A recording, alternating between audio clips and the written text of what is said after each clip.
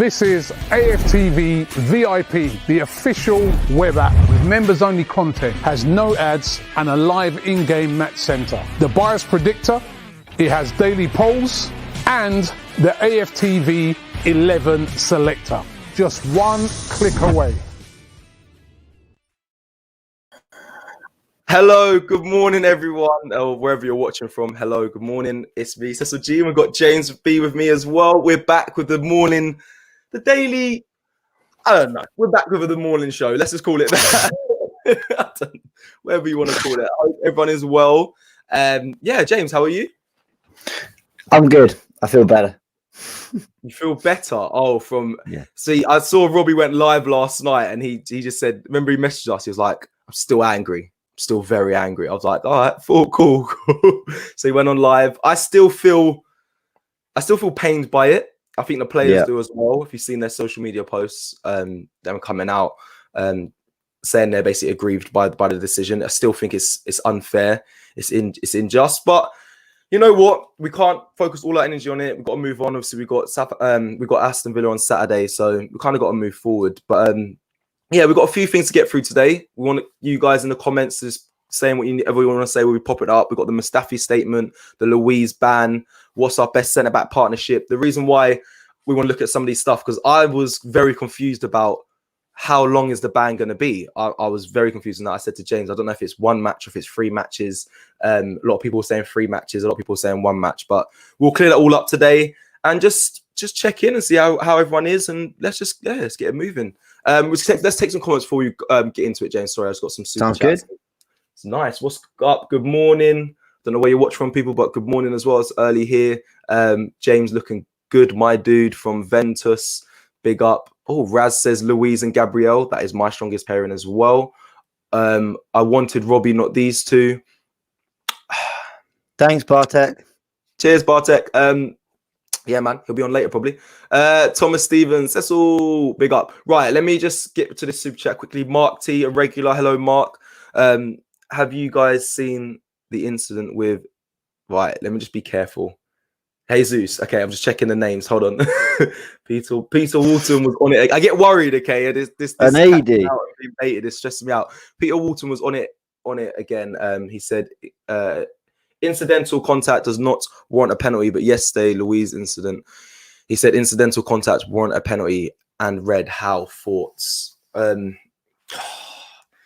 It's just the rule needs to be changed. It needs to be changed. That's just They don't have a clue.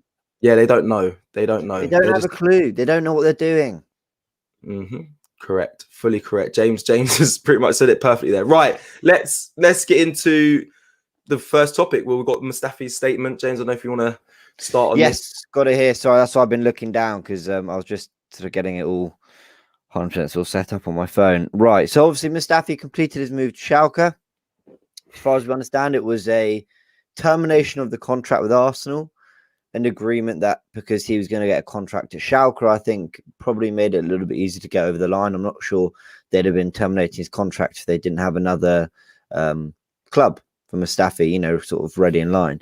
So this is what he said. He said, "Hi, Gunners. After 4 years, 151 matches and 2 FA Cup trophies, I just wanted to say thank you to the Arsenal community, our great staff, the fans, and of course my teammates. Together, we went through good and not so good times, but we stood together. Arsenal is a fantastic club with a great tradition, and I always felt that it is a pleasure and honour to wear the AFC shirt." It's very nice.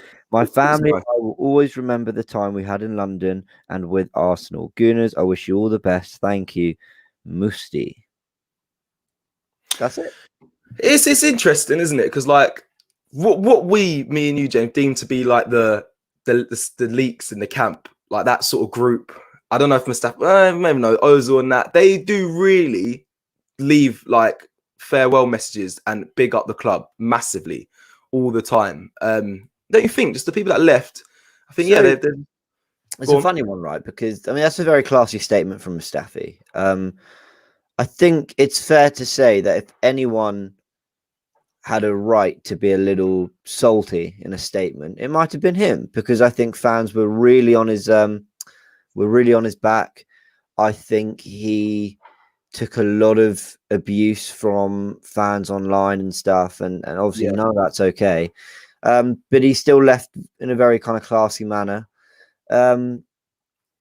Yes, on that, I think whether they play or not, whether they have problems with the manager or not, whether they have issues in footballing terms, I think the club always look after the players very well, as far as I'm aware. I think the Arsenal community and the coaches and the medical staff and everyone involved in running Arsenal as a whole, I think look after their players and everyone there very, very well. I will say that it's just what you hear from players, so we hear from people who work within it. It does seem a good institution to be a part of, Yeah, definitely. We've got a super chat here. Big up everyone as well, because the studios have come together. As you can see, James, we've got the blue light. I just want to quickly just touch on this because we've got the mics now. So hopefully everything is just crisp through your screens. Josh Clements says, now, I checked this before. Hi, lads. Please, could you shout out my mate, Drew? That's where we're going. Big up, Drew. Hi, Drew. Hi, Drew. Yeah. None of that today. Right. Thank you, Josh, for your super chat. I was worried when he popped it up. I thought, don't do it, Sess. Nah, I'm not doing it to myself anymore. I don't even.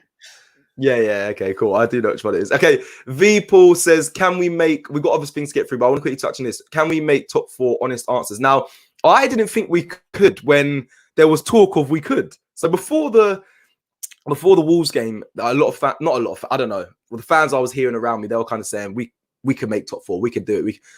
I haven't had that feeling all season. I still, obviously, definitely not now, but I didn't have it before the game. I still don't have it. I think we can definitely jump up the table, but top 4, I think is a long way away for me. Regardless how crazy the season is going, I would be happy with just climbing up the table a bit more than where we were placed last season. And I think Arteta's on the right path to do that. I just want to see our team grow better and play better. That's all I'm really concerned about this year, and hopefully go as far as we can in Europa League. I think we're going in the right direction, and actually, with the Wolves game in that first half, the way we played, I'm almost more encouraged because of how well we played. That I'm thinking, actually, maybe this team is more ready for the challenge for top 4 than we thought. But this is the weirdest of seasons. Liverpool, we thought, were back on track. Go and smash Spurs. Go and smash West Ham. Spurs are difficult to play any day, really, because of Jose and the players they've got. West Ham are in really good form. And Liverpool just smacked them up and then lose at home to Brighton, who've struggled for wins all season, who beat Spurs the day before. It's the weirdest of years. So, yes, something can happen. But almost by saying that, you're saying, well, it's a weird season, but it's going to be normal for Arsenal. It's not. It's going to be weird for us too. Because, as we said, refereeing's poor, the rules are poor, officiating as a whole is poor, and also it's weird. There's no fans. Everyone's beating everyone. So I think we'll win a lot of games. We'll lose a lot of games, as will everyone. But ultimately, I don't think we'll climb the table that much because we'll be as inconsistent as everyone else. But I do think we look better. Yeah, so I agree. 100% agree there, James. Before I want to go to the Luiz ban in a second. Really, did you guys hear Mikel Arteta's press conference? He's bigging up Arsenal now. I expect him to, if I'm honest. I haven't heard it yet, but I expect him to because he's under a lot of pressure, and I think he feels it as well. I think goalkeepers really do feel the pressure as well. So it's only right that Mikel had to put confidence and back him because we, as a fan base and just as people, we should be backing him as well because he's probably gonna be thrown in on Saturday. And boy, we need him to be confident, standing between the sticks. So right. We don't know if Ryan's gonna be fit, so that's a big one. I hope he is. By the way, I'm not saying I'm really scared of Ronison. Please play Ryan. It's not that. I like Ryan to play because this is a dream move for him, and he's got an opportunity to get a Premier League appearance for Arsenal, and I think that'll be quite nice for him. So I hope it happens. Definitely. Do you want to? Shall we move? Let's move forward to the Luiz ban. So this is a bit of a centre back show today. Hence why I threw in that question at the end. What's our best centre back partnership? Because on the topic of it all, there's all very centre back related. So the Luiz ban, I've tried to have a little look. we like to mix up the lights. So as far as I'm aware, it's a 1-match ban. I've been trying to dig and look around. The way people write about it online, it's like they write it like they assume it's a one-match ban, if that makes sense. So anyway, he's out of the Villa game, David Luiz, unless the appeal obviously comes back in our favour. And as far as I'm aware, Aston Villa have also appealed. Not Aston Villa, Southampton have also appealed for the Bednarek red. So yes, the whoever panel deal with that, is it the PGMOL or something? They've got a lot to deal with. Yeah, I looked at so I downloaded a PDF this morning from the FA, but I think it's for I didn't mean to. I was literally researching how many match ban it would be, but it turns out I don't know. This is probably not for the Premier League, but it definitely will. I'm sure it'll pan across. But yeah, it says bear with me. Yeah, serious foul play. Obviously, that's a 3 match ban if it's a straight red. Violent contact is a 3 match ban, which I don't think this is. And then spitting is 6 match ban. But here we go. This is where we got to what I read here. It says denies the opposing team a goal or an obvious goal scoring opportunity by deliberately handling the ball is a £35 fine and 1 match ban. Now, I know it's obviously not going to be a that's Leno out for 1. Yeah, that's Leno's 1. That's Leno out for 1. So, and they normally times it by, is it 100? Basically, I believe it's the fines for the Premier League are like 10 times, 100 times. It'd be like 35 grand for that, by the way. Just that's a little insider. Denies, and this is the second one, denies an obvious goal scoring opportunity to an opponent moving towards the player's goal by an offence punishable by a free kick or a penalty kick. I believe that's the Luiz one, and that's a £35 fine as well, and that's a 1 match ban. All right. So we got here. Chasheni says straight reds are 3 match ban. I don't think that's true. I don't think that's true anymore. That was my initial thinking. That's what when I played. That's what it was. But I think they've changed that. Leno £35 mistake. No, I believe it's 35 grand.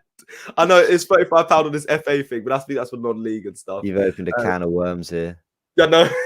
To be fair, I think it's changed. I don't want to talk about it too much, but I got red carded. Well, I think it has as well. I think now they base it on. Can you imagine Luiz had to miss 45 minutes and another 3 matches because of that? I mean, it's infuriating. He even got a red. Yeah. I actually think it's a joke. He's even going to miss the next game. It's all a joke. I just can't. It's ridiculous. It's ridiculous. I can't. Bro, do you know what's more ridiculous? We got red carded. A goalkeeper got red carded, and we just brought a new goalkeeper, and he's injured. Like that, you can't write that. You cannot write that. Yes, okay, of course we got Runnison, so we're lucky. But some people were saying we should have got rid of Runnison, and they got a second goalkeeper. Now imagine what would have been. Imagine the trouble would have been in then. Like we put Lacazette in goal or something, or Bamiyang. So or they'll say bring people up from the academy. But do you know what I mean? It's this crazy one. It is a crazy one. I know. It kind of when it rains, it pours, isn't it? Yeah, literally. This £35 thing's killing me. But no, I was just quickly saying when I don't like to talk about it. My disciplinary record's normally crisp when I was playing, but I got red carded. James, remember, I got red carded just before we went back into our national lockdown. I had to pay £50 fine for it. Did you?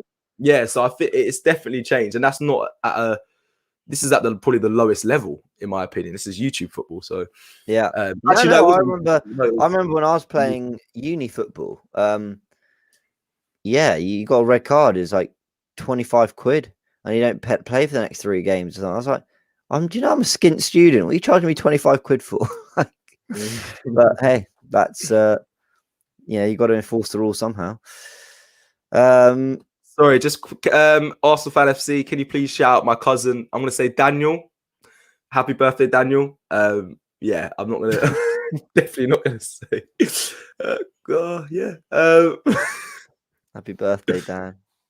This is a great question. Cecil, what is a red though? What is a red though, James? What is a red? What is a handball?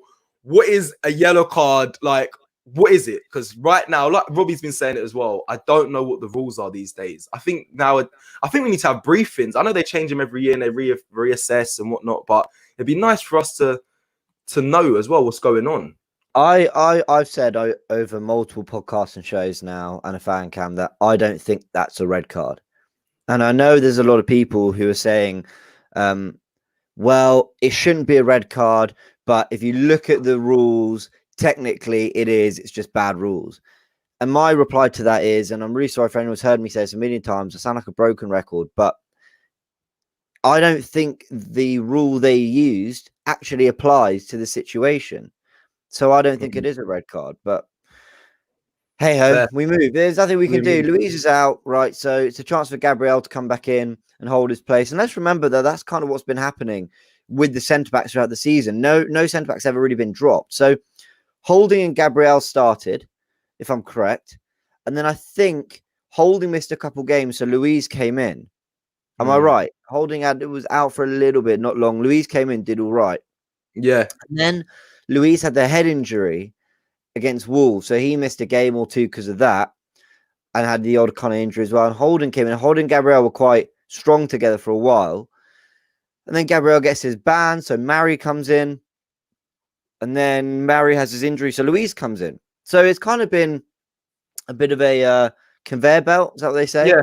It's just kind of been a, one gets injured, one gets a ban, so the other comes in. And in fairness, everyone's done as well as each other. There's never really been, and actually this leads nicely on to the debate and the chat we're going to have for the last 15 minutes or so.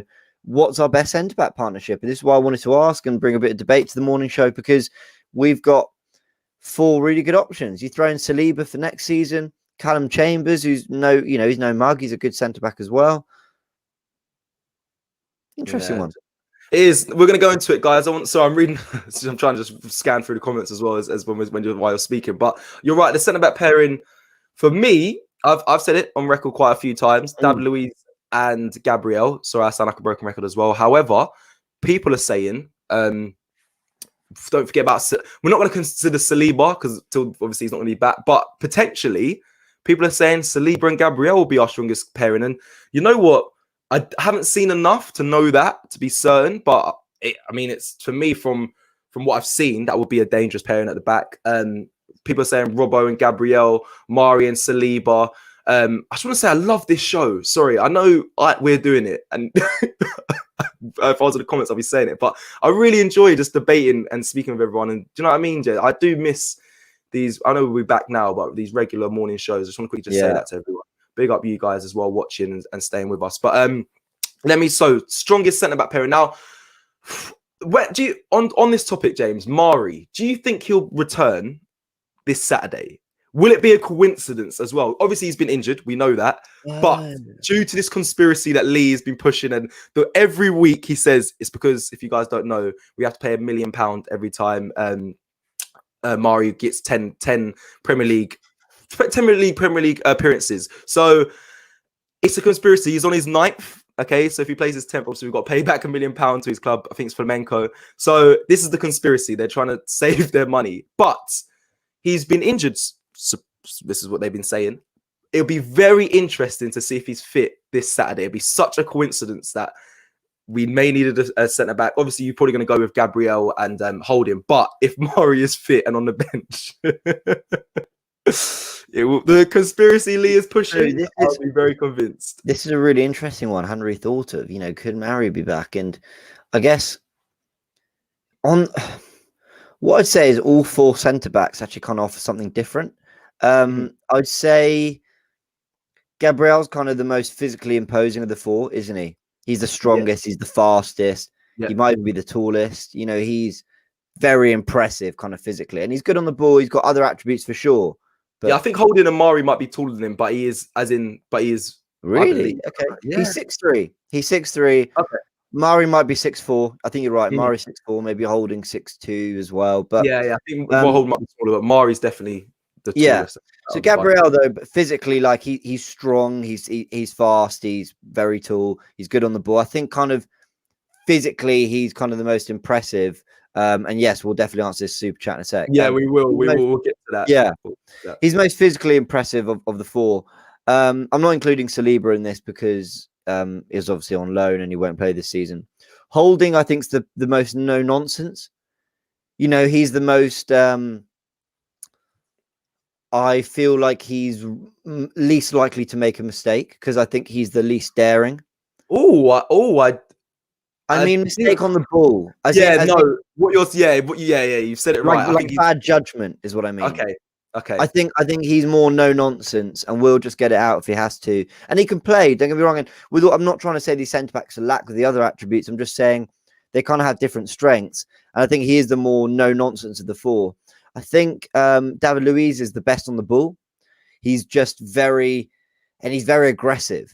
He's very aggressive, good on the ball. Like he's very modern centre back in that kind of way. Yeah. And Mary's the calming influence. Like when he's playing, I feel like he's kind of the master of the defense. Do you know what I mean? Very relaxed, you never feel like he's going to lose the ball, very commanding, vocal, stands above the rest. And so with that, you kind of got four very kind of different options. And I'm not really bothered about who plays. I mean, I think that they're all doing a job this season. Yeah, James, sorry, I'm just seeing, like, when you say things like he's so confident with the ball, he's passes it, like people in the comments like, James, you're jinxing it, don't say it. I remember when I said it was going to be 3-0. Yeah, I said it was going to be 3-0. I literally got a message on my social media saying, don't ever say we're going to win 3-0 again. Thanks. I was like, bro, come on. It doesn't change anything. Like, come on, it's just how I was feeling. And if I'm honest on that way, yeah, but I just want to, is it naughty of me, James, right now to rank our centre backs? So the four that we mentioned in who you think's first, second, third, fourth? No? Should we go? I'm happy to start. I think first, do you know, on current form, this is going to sound mad, This is going to sound mad. Do it. Don't do current form. Do it all at their best. They're all playing their best football. Okay, that's fair. Okay, so I'll start with. It's going to be biased, guys, because it's who you like, guys. I want you guys to get involved in the comments as well. People are saying first, Rob. Here, we're going to say, so it's going to be obviously our bias. I'm going to say Gabriel for me goes first. That's a bit crazy, but I think I just like him as a centre back. I think he's tenacious, and I agree. And I'm going to say Gabriel second. Not Gabriel second. Sorry, Luiz. Gabriel made the top two. Wow. Gabriel first, second, third, fourth. I just love Gabriel. I love him. Gabriel first. I want to say, I want to put Luiz second, only because I like that he passes forward as well. Like he really does. He starts a lot of our attacks, and out of the four centre backs, I think he does it the best. I don't think anyone else really does it more than David Luiz. So I like to put him second. I love forward thinking centre backs. I think they're the future as well. Getting on the ball and passing it forward. So he's got to go second for me. Mari for me. Is third. I haven't seen loads of him, but he has been consistent when he's come in. He still needs to get match fitness. I don't think he's going to be match fit when he comes back. I don't think he was match fit when he was filling in, but he was playing well. He definitely cleaned up well, swept up well, but he has to go third for me. And then lastly, that's deep. That is deep, isn't it? People are going to kill. Yeah. Do you know what? It's my opinion. It's all my opinion. I agree. I'm with you. I think it's Gabriel, Luiz, Mari, Holding, but that's not me trying to say that I don't rate Holding. I think is very good. Maybe style comes into it as well. The other three are a bit better on the ball, a little bit more your modern centre back. Holding is good on the ball. He's not quite like the others. What I'd say about Luiz and why Luiz ranks quite highly for me, as he does for you as well, is Luiz can put in cup final performances like the ones he did.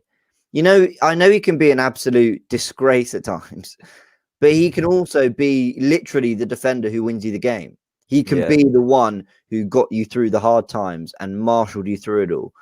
And that's very impressive. And Holding's had some very good cup final, but oh God, here we go. Listen, Holding's had some good cup final moments. He has, but I don't ever think he's been the one who's won us the cup in the same way Luiz was at Wembley. Do you know what I mean? I do rate Holding, but no, I don't rate him as much as the others. He's on good form, but I'm still very I think Holding has done really, really well. I love his attitude, by the way. I love his attitude. I love his personality. I think he's very quietly a bit of a leader in there. I think he's improved leaps and bounds under Arteta. And he's by all intents and purposes, he's a great bloke. Like I'm super happy to have him at the club, and I'm happy when he's playing. But let's be real as well. He kind of got away with a bit of criticism against Wolves. Everyone was looking at the ref, then everyone was looking at Luiz. But Rob Holding had a bit of a shocker for that goal. Yeah, he was out of position. he very clearly invited the pass. All he needed was a few steps across, and he would have blocked that obvious passing lane and forced whoever it was, Pedence or whatever, to make a different decision.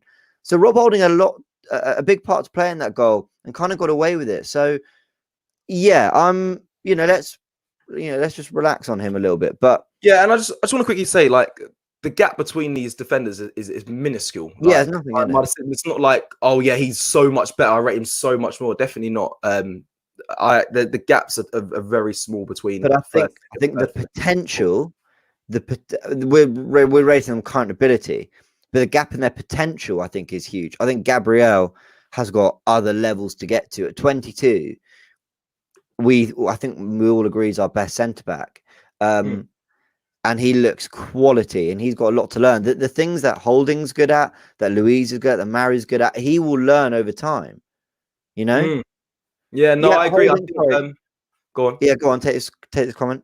No. This is go on. I wasn't going to take this comment. I was just going to say something. I was saying Holding was great pre-Arteta. He was great pre-Arteta. I rated him more pre-Arteta, but he had a really serious injury, and he's not looked quite the same since.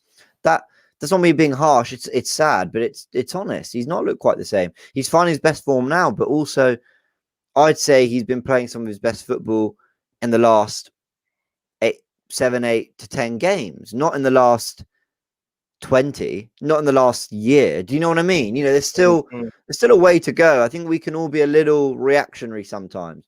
Holding's a good defender, but yeah. People are holders. So people are like, James hates this one. Sorry. Like, we don't people. I still have question marks on Holding. I'm going to be completely honest. Said it many times. He's been on good form. And what James said previously, if you guys go back to the start of the video, near the beginning, when he says he's the most trusted on, I think he's very trusted. There's no nonsense. You don't really panic too much around him. I just think there's a lot of, when it comes to one-on-one defending against tricky players or fast players, I think he struggles there. That's the reason why, and I've seen it many times. But he's been on good form, so big up Holding. Yeah, absolutely. Can we not criticize or evaluate in maybe not the most positive of lights without having an agenda against them or hating them or whatever? But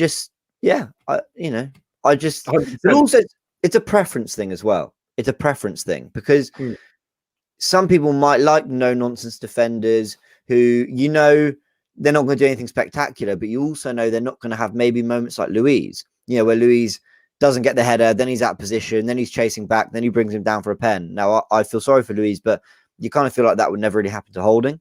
Do you know what I mean? So maybe some people prefer that. But yeah, people saying he pocketed Mane. Did he? Did he pocket Mane? I mean, I remember Mane causing him all sorts of headache. Yeah. We just happened to win. Yeah. He didn't pocket Mane at Anfield. Yeah, listen. All right, cool. We're gonna move on, but yeah, that's our first, second, third, and fourth. To remind you of that, these are centre backs. Again, I just want to quickly say there's not much in it, so we're not saying one's completely the best ball and the other one's completely dead. So just keep that in mind. But I went with Gabriel first, Luiz second, and Mari third, and Rob Holding fourth. Those are my centre backs. Got a super chat here that we popped up, but I'll just answer it now.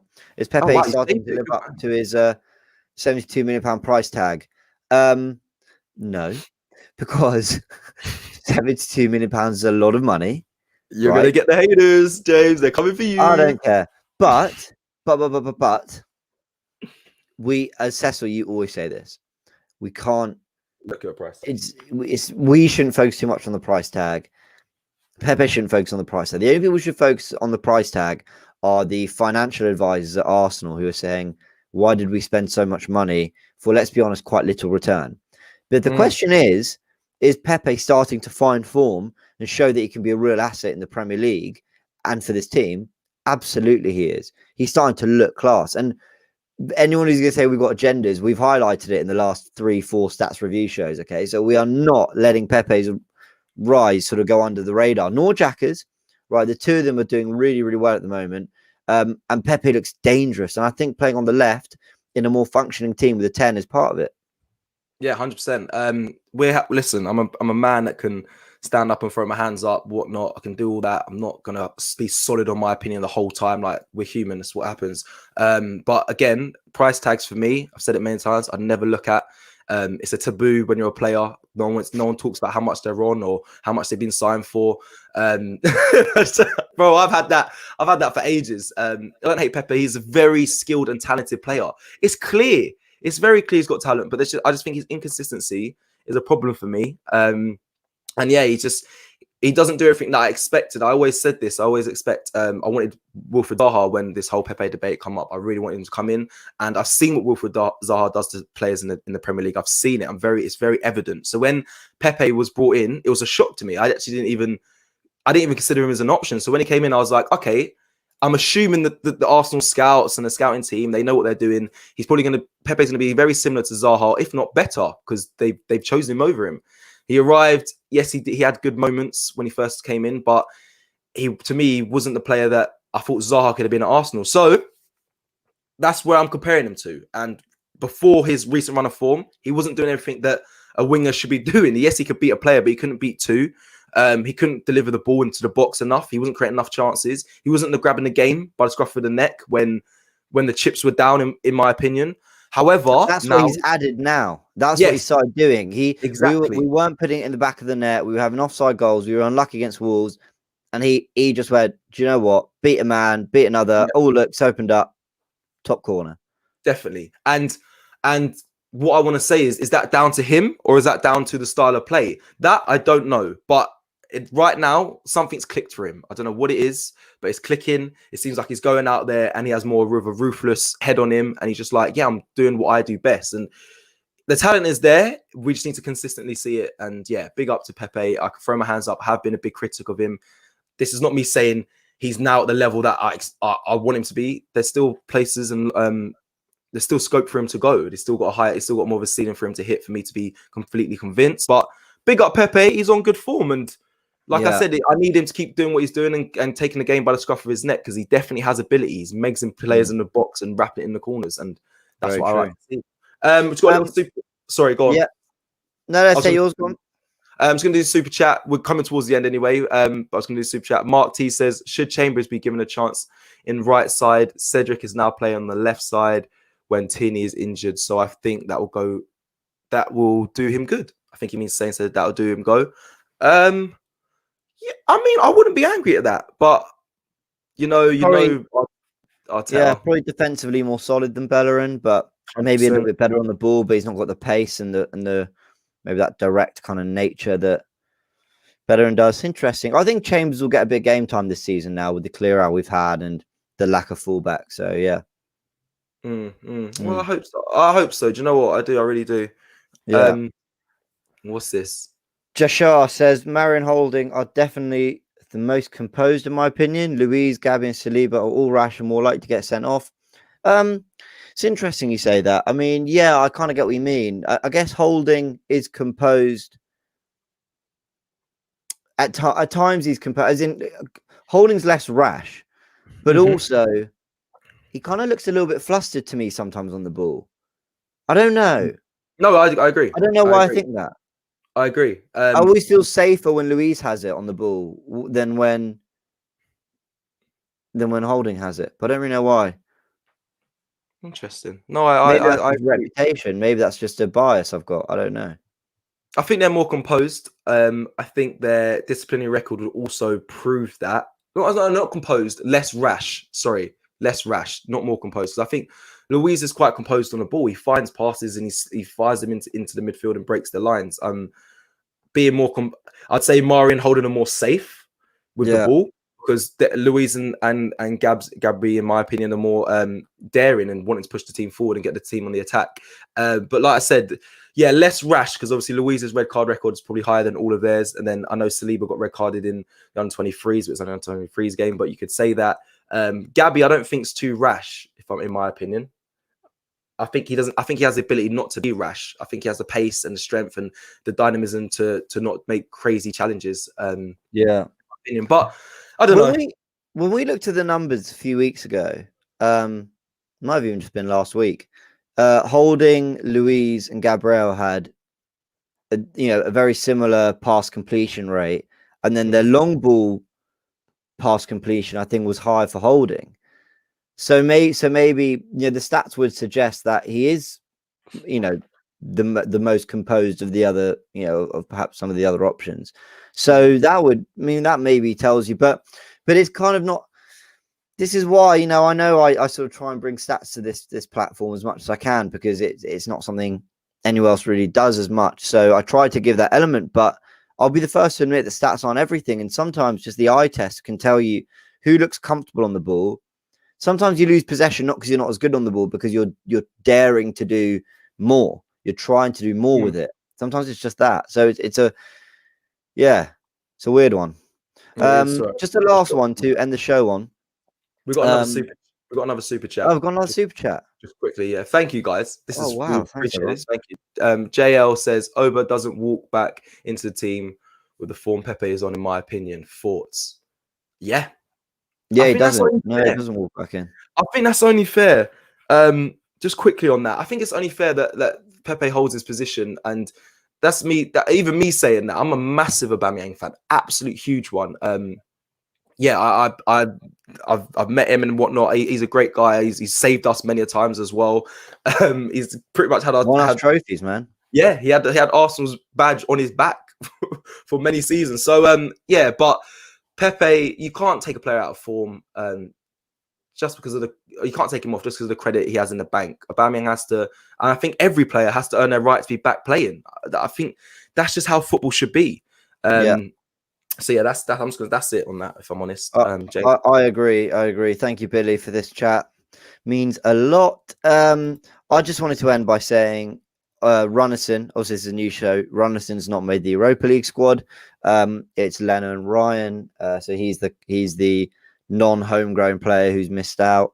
I suppose not surprising, really. Obviously, it was players like Socrates and Ozil who were missing out before.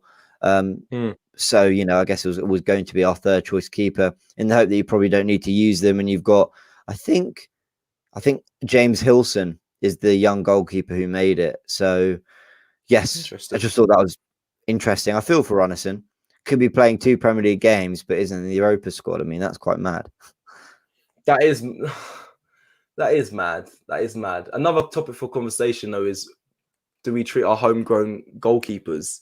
I'm not going to do it now because we have to wrap up, but our homegrown goalkeepers or players or keepers that stick around seem to get, I don't know, do they get the brunt? No, they don't. They don't. I'm waffling. I'm going to leave that. Leave that for another day. We have to look into that. But listen, it's me going off again. Guys, thank you so much for staying with us this morning. It's now 10:40. Thank you for being with us. We're going to be back again most mornings, so keep joining the lives, keep getting involved. We love getting conversations going and popping you up in the comments and debating. Thank you. I keep saying thank you. I honestly love it being here with James and being able to discuss things. And we've reached 1 billion views, so thank you again for the support. Me and James are new here, so we can't take too much credit, but thank you always. I'm going to leave by giving you a video of the AFTV.mobi app. Make sure you check it out, and we'll be back very soon. Go do your picks. Go do your AFTV picks. Have to. Take on Robbie. Take on Robbie. It's free money, and it's free prizes. That's all I'm going to say. Take care. This is AFTV VIP, the official web app with members-only content, has no ads and a live in-game match center. The bias predictor, it has daily polls, and the AFTV 11 selector. Just one click away.